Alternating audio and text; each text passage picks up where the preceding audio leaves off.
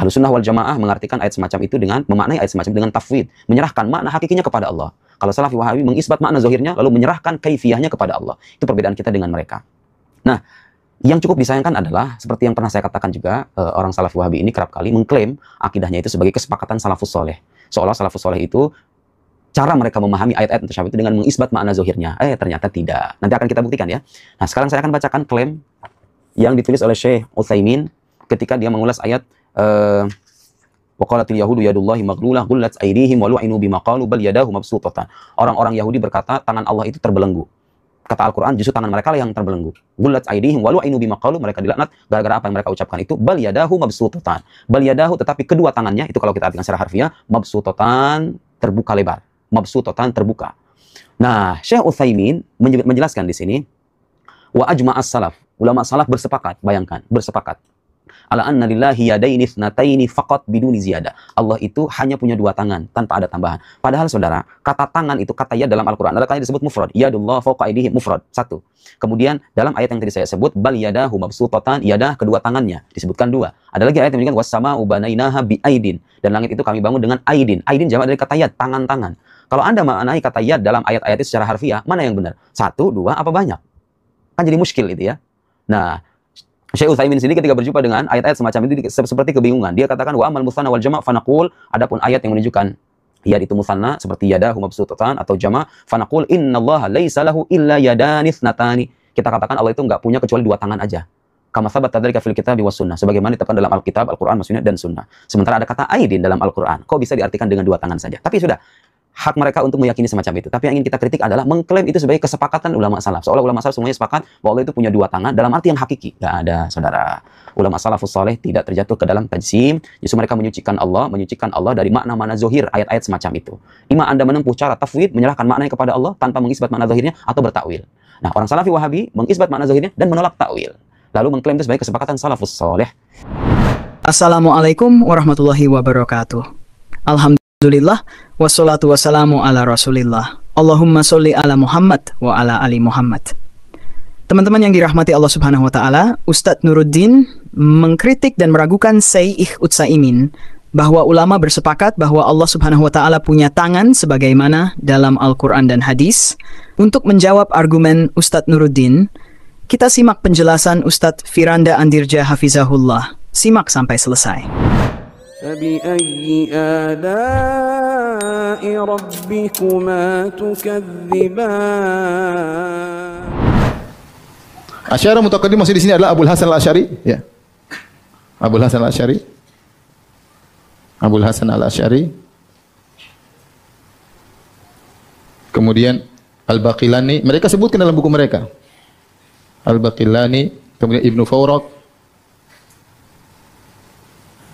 Kemudian di antaranya adalah Al-Baihaqi.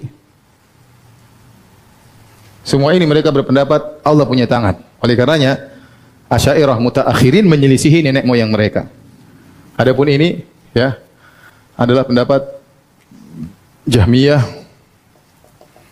Mu'tazilah dan Asy'ariyah mutaakhirin. Asy'ariyah mutaakhirin belakangan ya. Seperti Ar-Razi dan lain-lainnya ya. Mereka mengatakan Allah tidak punya tangan, yang dimaksud dengan tangan hanyalah majaz bukan hakiki. Apa maksudnya tangan? Maksudnya tangan cuma dua ya. Tangan maksudnya adalah kudrah, kekuatan atau kekuasaan, dan atau nikmat. Ya. Tangan itu maksudnya kudrah atau apa? Nikmat ya. Tapi bagaimana bantahan terhadap mereka?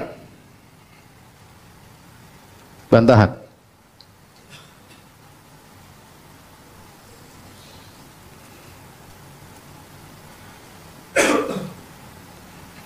Ibnu Umar berkata, pertama,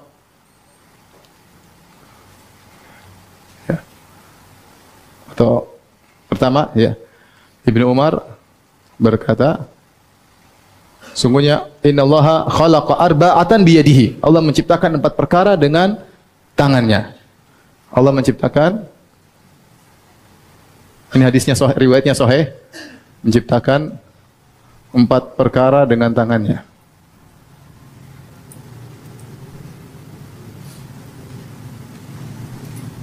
Yaitu Adam,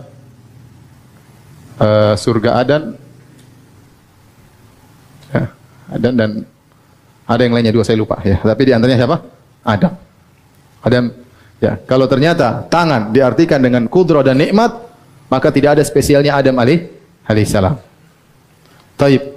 Yang kedua, ya, kalau tangan diartikan kudrah, maka Adam tidak spesial.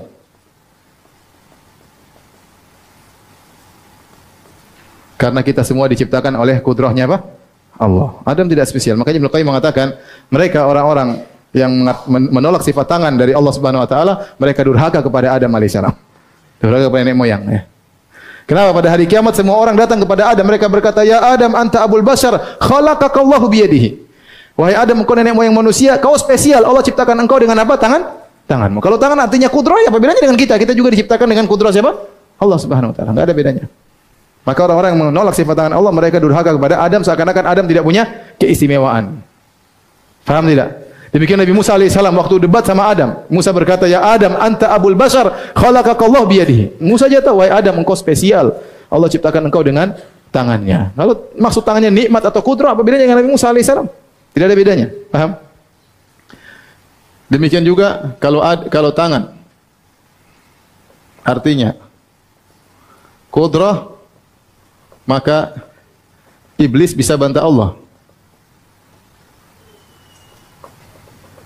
Bukankah Allah mengatakan, wahai iblis, ma mana'aka an tasjuda lima khalaqtu bi yadayya? Wahai iblis, apa yang mencegahmu sujud kepada Adam yang aku ciptakan dengan kedua tanganku? Kalau artinya kudrah, iblis bilang, apa bedanya dia dengan saya, Allah? Kau ciptakan Adam dengan kudrahmu, aku pun diciptakan dengan kudrahmu. Emang Allah ciptakan iblis dengan kudrahnya siapa? Kudrahnya Allah juga kan? Paham? Oleh karenanya kalau diartikan dengan kedua tangan maksudnya adalah nikmat atau kudrah, maka iblis juga bisa bantah Allah Subhanahu wa taala. Paham? Yang keempat, kalau tangan diartikan kudrah, maka tidak perlu dengan lafal tasniyah. Tidak perlu dengan lafal dua, ya. Cukup. Ya, karena kudrah Allah tanpa batas, paham? Kudrah Allah tanpa batas. Kenapa? Wahai Adam, iblis, kenapa kau tidak sujud kepada Adam yang aku ciptakan dengan dua kekuatanku? Loh. Kekuatan Allah terbatas atau cuma dua? Atau tidak terbatas? Tidak terbatas. Ngapain dibatasi dengan dua? Kalau diartikan kudrah tangan dengan nikmat sama.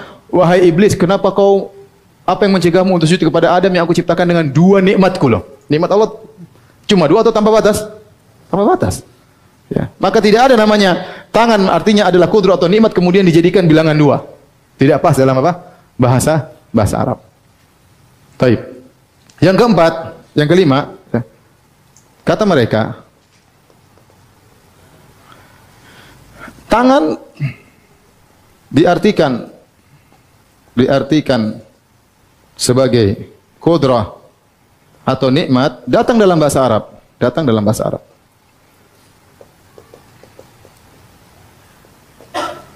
Kita katakan jawaban memang benar, bisa. Tapi jangan digeneralisir,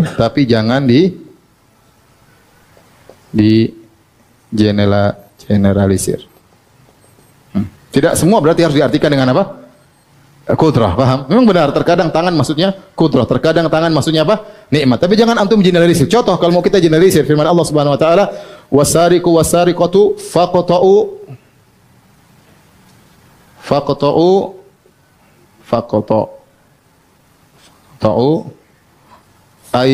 aydiyahuma.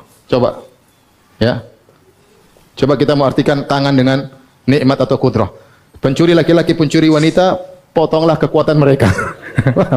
Potonglah nikmat mereka. Maksudnya apa? Enggak bisa. Memang benar dalam bahasa Arab, tangan bisa artinya kudrah, tangan bisa nikmat, tapi jangan ente generalisir. Ada hal yang tidak bisa diartikan dengan kudrah dengan apa? Nikmat. Contohnya firman Allah, lima khalaqtu biyadayya. Azan kah? Azan. Baik, azan terus lanjut. Azan. Baik, bantahan keberapa? ke-6.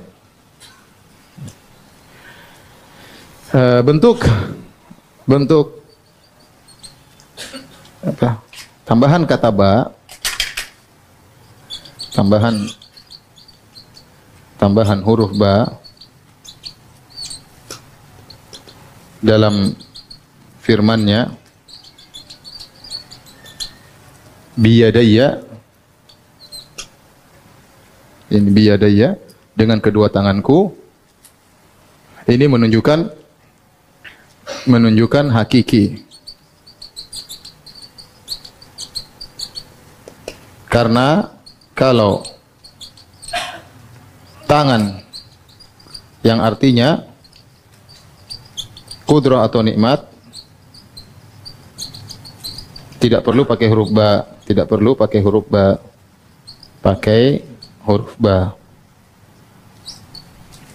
Sama, jadi ada ba dengan itu menunjukkan tangan hakiki, ya. Ya. Lima khalaqtu biyadayya, aku menciptakan Adam dengan kedua tanganku. Jadi tangan tersebut benar-benar hakikat, ada ba di situ. Kalau nikmat tidak perlu pakai ba, ya. Sama seperti firman Allah, fawailul lil ladzina yaktubunal kitaba bi aidihim. Sungguh celaka orang-orang para pendeta yang menulis Alkitab dengan tangan-tangan mereka. Tidak mungkin diartikan dengan kudrah dan nikmat mereka. Tidak mungkin. Benar-benar nulis dengan apa? Dengan tangannya. Taib. Bantahan ke-6. Lanjut ya.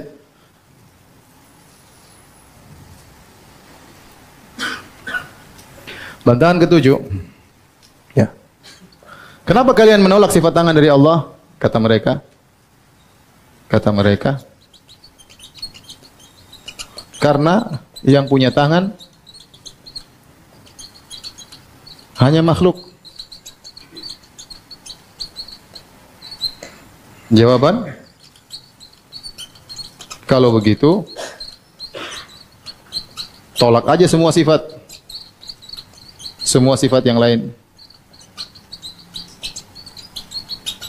Bukankah mendengar melihat juga kita lihat ada di makhluk. Sifat hidup juga milik siapa? Makhluk. Ya sudah, kalau gitu tolak aja semua sifat-sifat Allah Subhanahu wa taala, ya.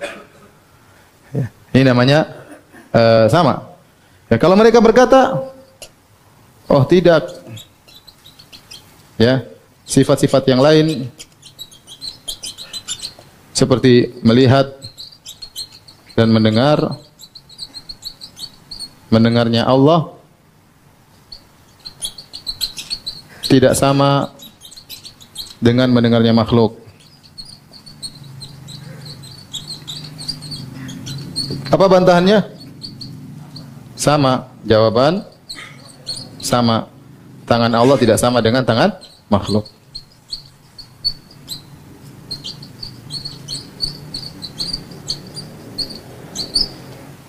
Ya. 9. Kelaziman menolak tangan Allah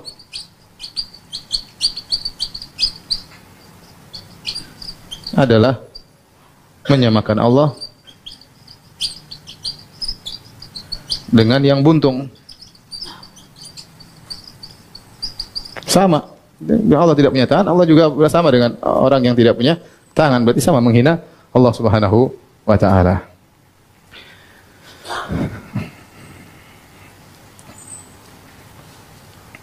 Masih ada banyak syubhat-syubhat, tapi cukup aja sampai di sini karena waktu sudah habis, ya. Yang terakhir saya lupa selalu, ya. Kalaulah ini jawaban yang paling telak, kalau memang benar, kalaulah kita ngalah dan mengatakan tangan maksudnya adalah kudrah atau nikmat, maka ini semakin menunjukkan Allah punya tangan.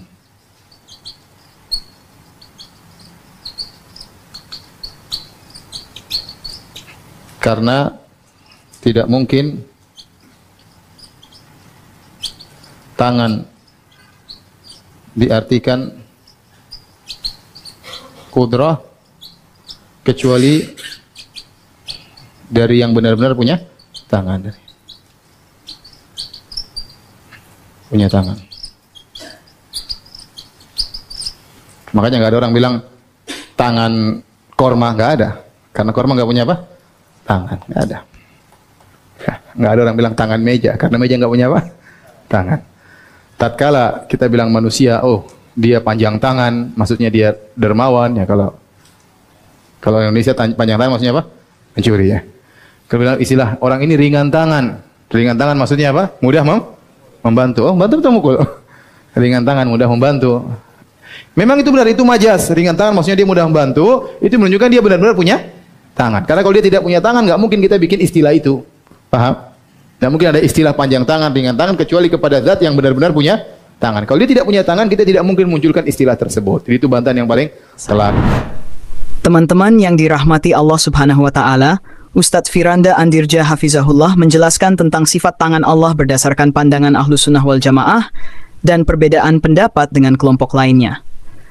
Ahlus Sunnah meyakini bahwa Allah memiliki tangan secara hakiki, sesuai dengan keagungannya, tanpa menyerupai tangan makhluk. Pendapat ini didukung oleh dalil dalam Al-Quran, seperti penciptaan Nabi Adam dengan kedua tangan Allah, yang menunjukkan keistimewaan Adam dibanding makhluk lainnya.